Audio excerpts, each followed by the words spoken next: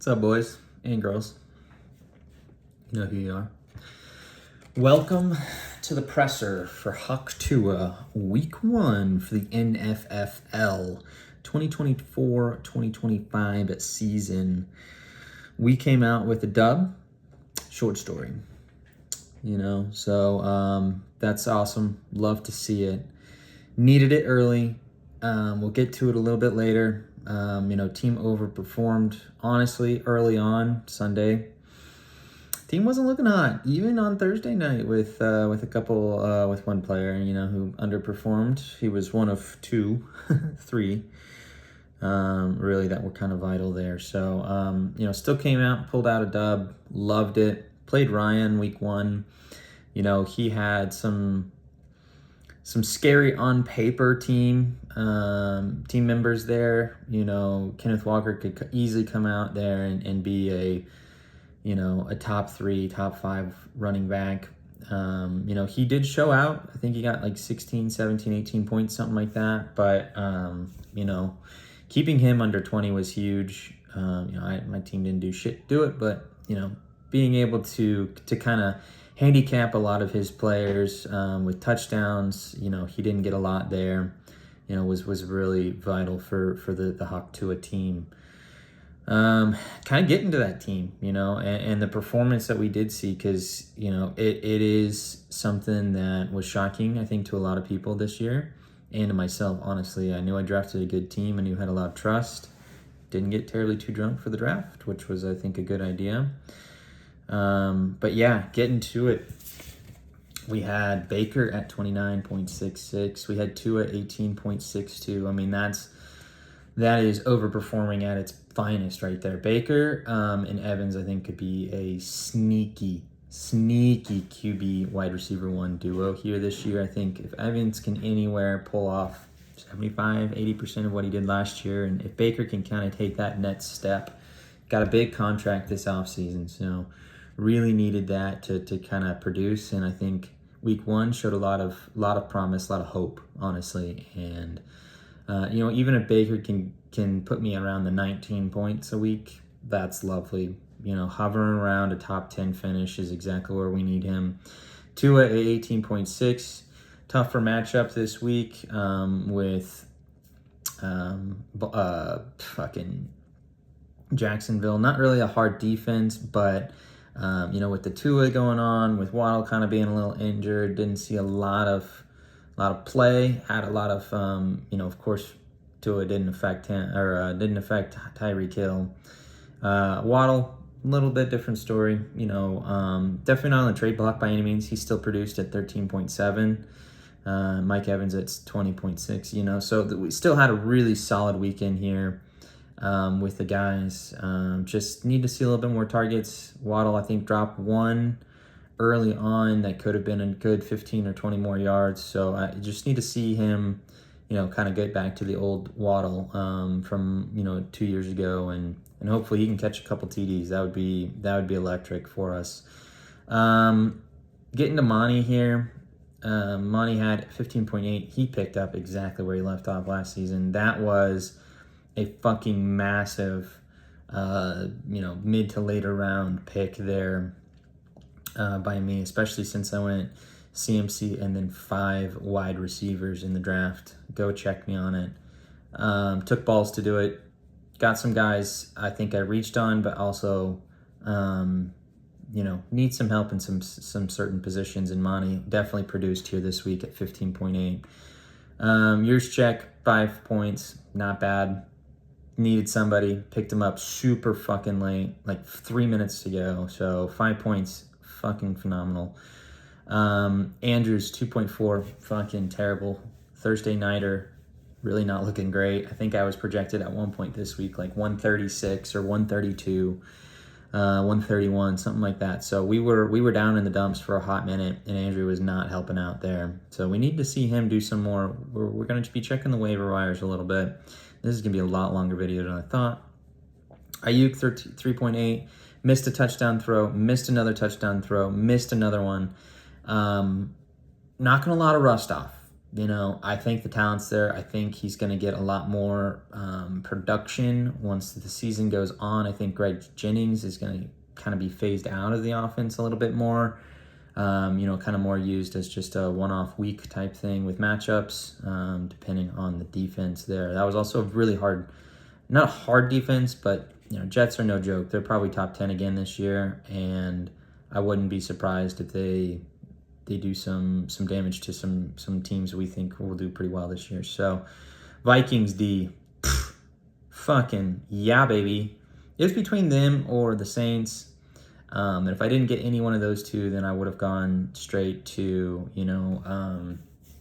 like the Bills. So I think they would have gotten me like 12 points. So it didn't matter really what I got. I was winning either way, but 26 was an overstatement and really putting it down into Ryan's fucking gut there. It was awesome. Myers, my kicker, got me 10, exactly what we need. 8 to 12 every week is a consistent kicker I'll take every year and draft them. Dixon got me 16. That's lovely. Love to see it. Showed a lot of promise. I think he still got one outside of the 20, so that could have been a bigger week than it even was. Love to see it.